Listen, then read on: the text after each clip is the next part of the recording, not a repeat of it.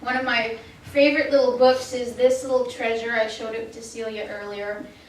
It's a book given to chaplains in service. This particular copy is from the 40s, and it's called Strength for Service to God and Country. And so I'd like to read a selection from it to you. It's entitled The Secret of Courage. Fear thou not, for I am with thee. Be not dismayed, for I am thy God. I will strengthen thee. Yea, I will help thee. Yea, I will uphold thee with the right hand of my righteousness. From Isaiah chapter 41, verse 10. The secret of courage. Personal courage is the positive manifestation of an inward alertness to the presence of God. The immensity of a man's life depends on the intensity of his faith in the power of God to see him through. In life's darkest moments, in the darkest moments of history, God has always spoken to those who are in tune with his infinite will. He is greater than any power which exists outside the holy realm.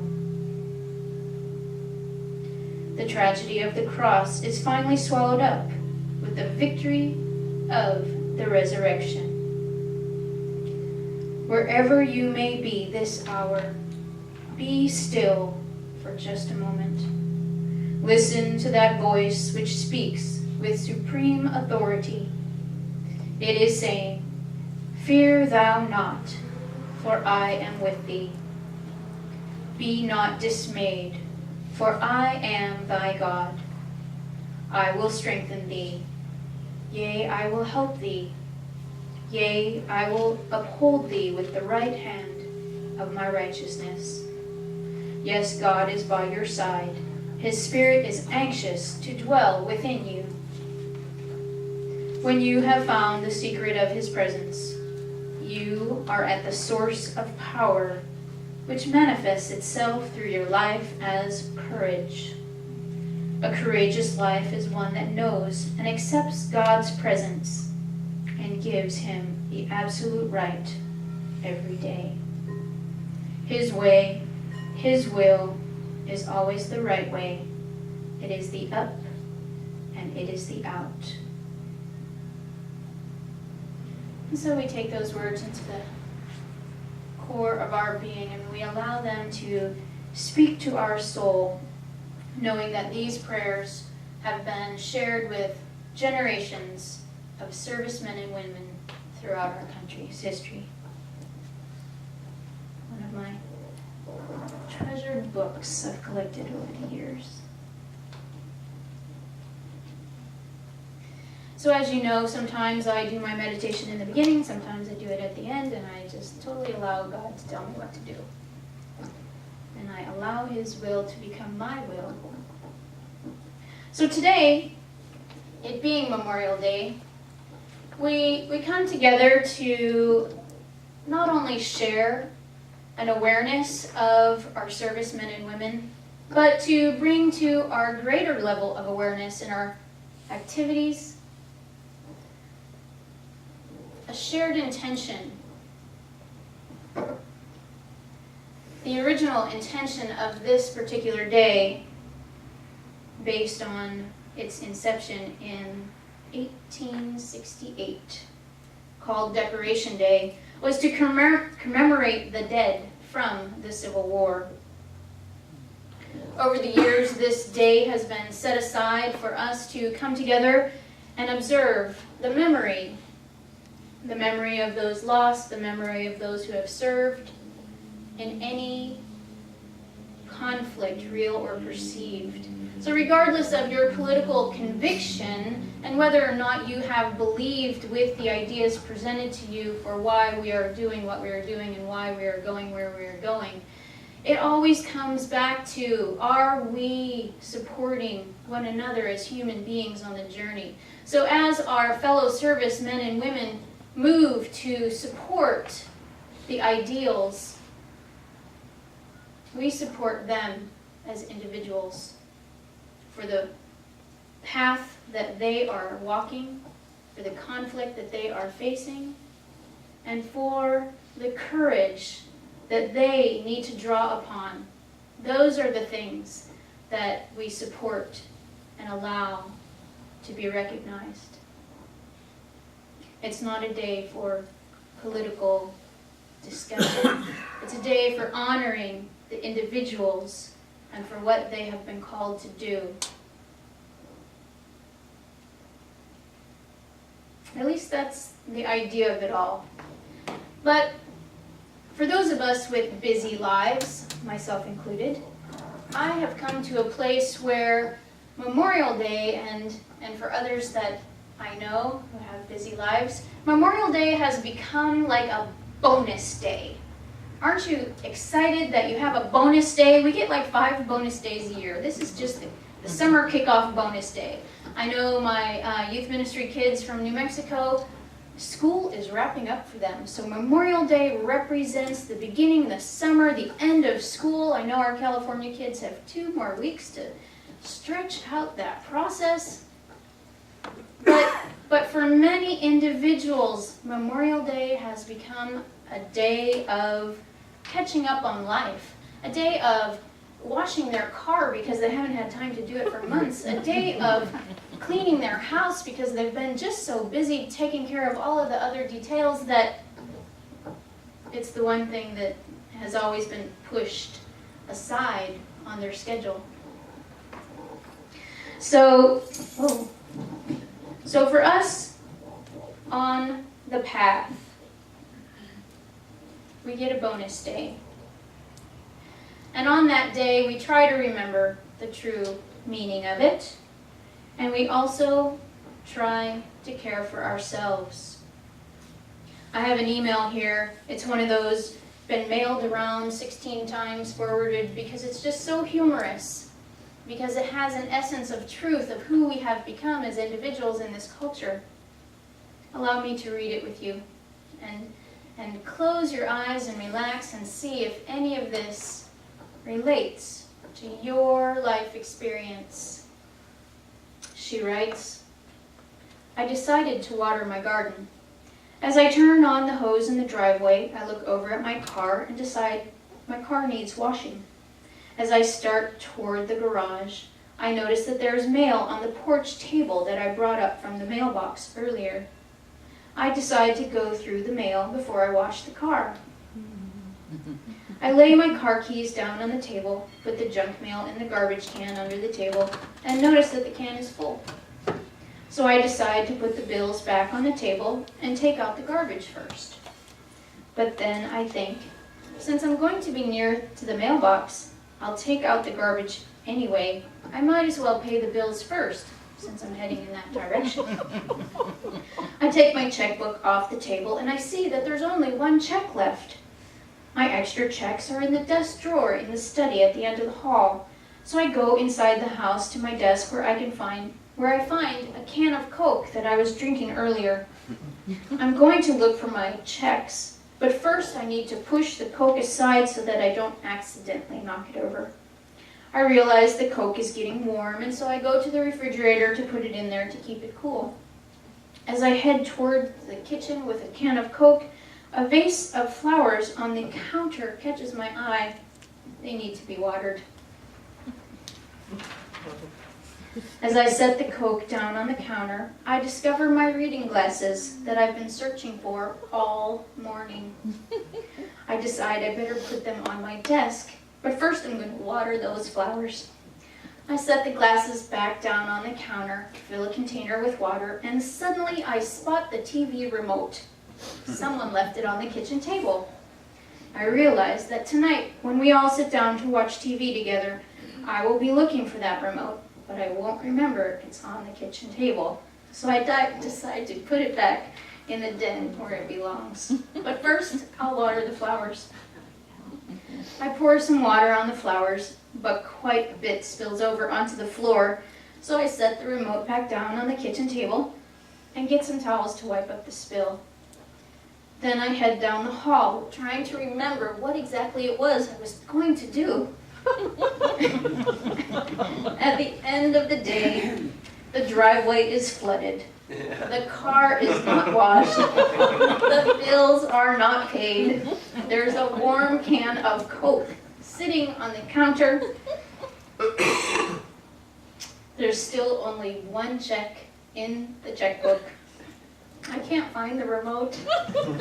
I can't find my glasses. And I don't remember what I did with the car keys. Then I wonder why nothing got done today. I'm really baffled because I know I've been busy all day long and I'm so tired. Okay, so I got it. You are all guilty. Yeah.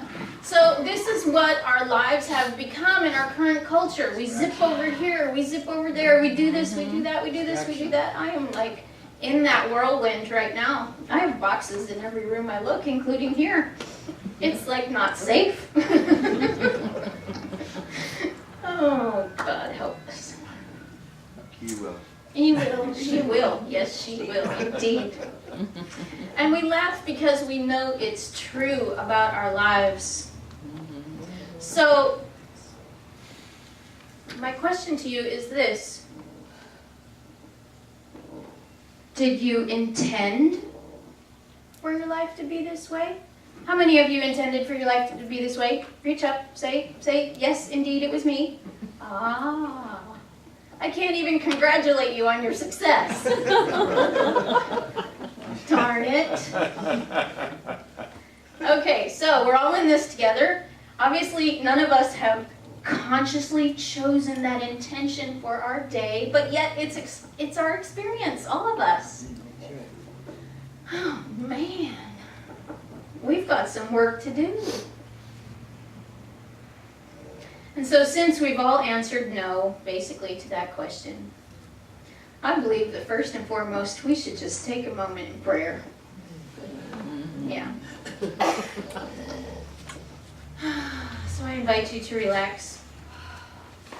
We're going to set a new intention. A conscious one. Father, Mother, God, we give thanks for your presence. We give thanks for your presence here in this place, in our lives, and in every situation. Sweet Spirit, we quiet our minds and hearts and listen. We listen for that still, small voice, that guidance.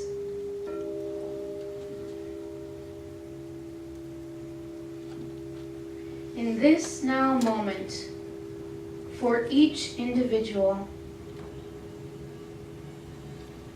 bring to our mind one thing that we can release from our lives to allow more peace to come into its place. Just one thing for each of us that is just busy work, serves no real purpose, and can be released with no loss, no great pain,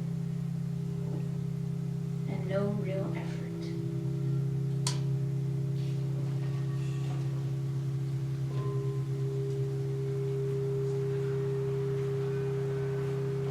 Listen completely for that divine inspiration,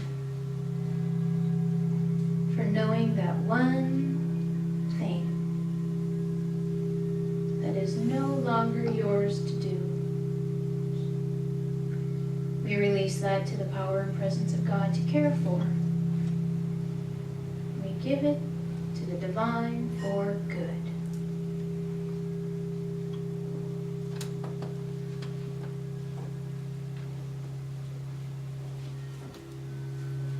Divine Spirit, we give thanks for your inspiration, for your love, for your guidance, to help us see clearly what is no longer serving us. We acknowledge the message that each of us have individually received, And we move forward in faith this day to follow it, to release that one thing and allow the universe to care for it. We bless it, we thank it for serving us, and we release it to the divine.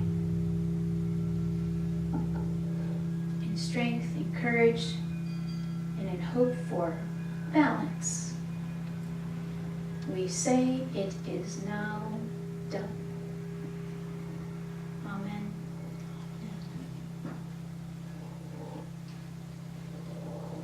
I don't know about you, but in the busyness and the chaos of my day, and when I'm walking up and down the hall wondering what was I going to do, if I just take a moment to stop and to pray and to reconnect with the divine, somehow everything falls back into place. The right, the left, the up, the down, all come back into where they're supposed to be. And I feel different. Have you had that experience? Yes. I see a lot of nodding heads, indeed.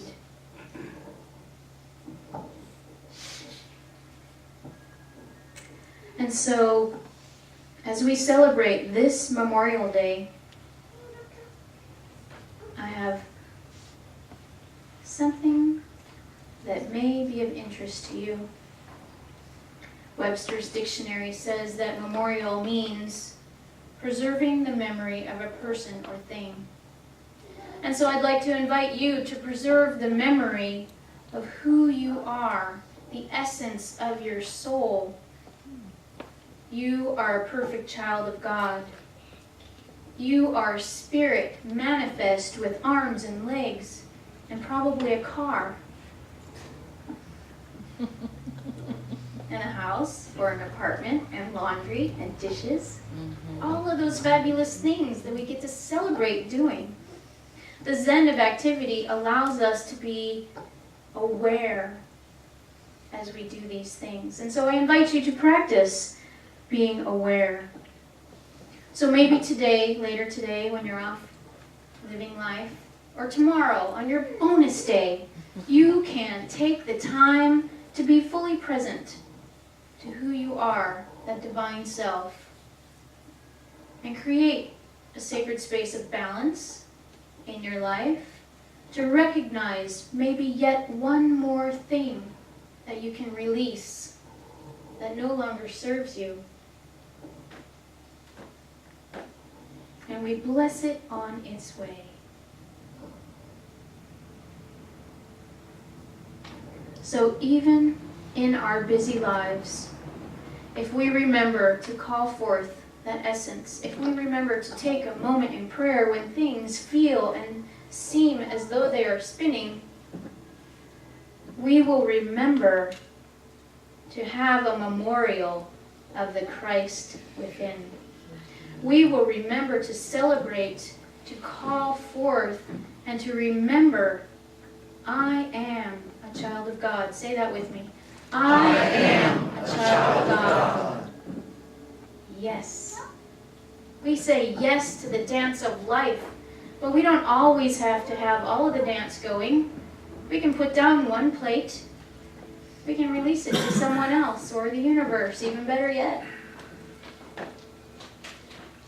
But the dance goes on, and we get to choose the elements from where we want to dance.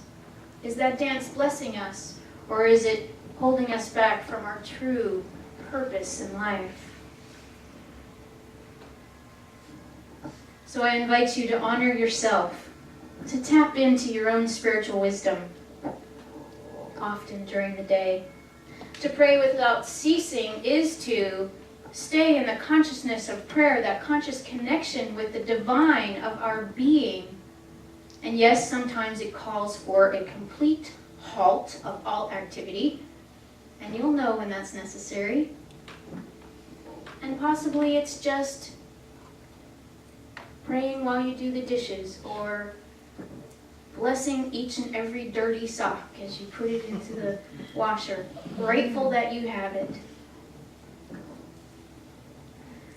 So tap into your spirit.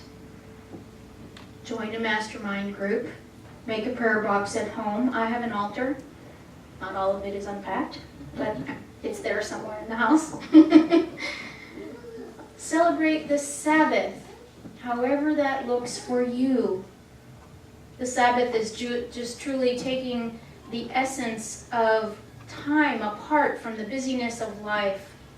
It's creating your own bonus day anytime you want. And you need that on a regular basis. Self-care. Those of you who I've had meetings with, I've preached self-care to. Take a walk, take a nap, go play golf, whatever is yours to do. I go to the place that I call the Church of the Wide Open Spaces. And Rob will say, hey, we haven't been out in nature lately. And I come back a changed individual just by being in the energy of the trees. So whatever it is that you do to tap in, to remember who you are at the very core of your being, do that. And that is your Memorial Day.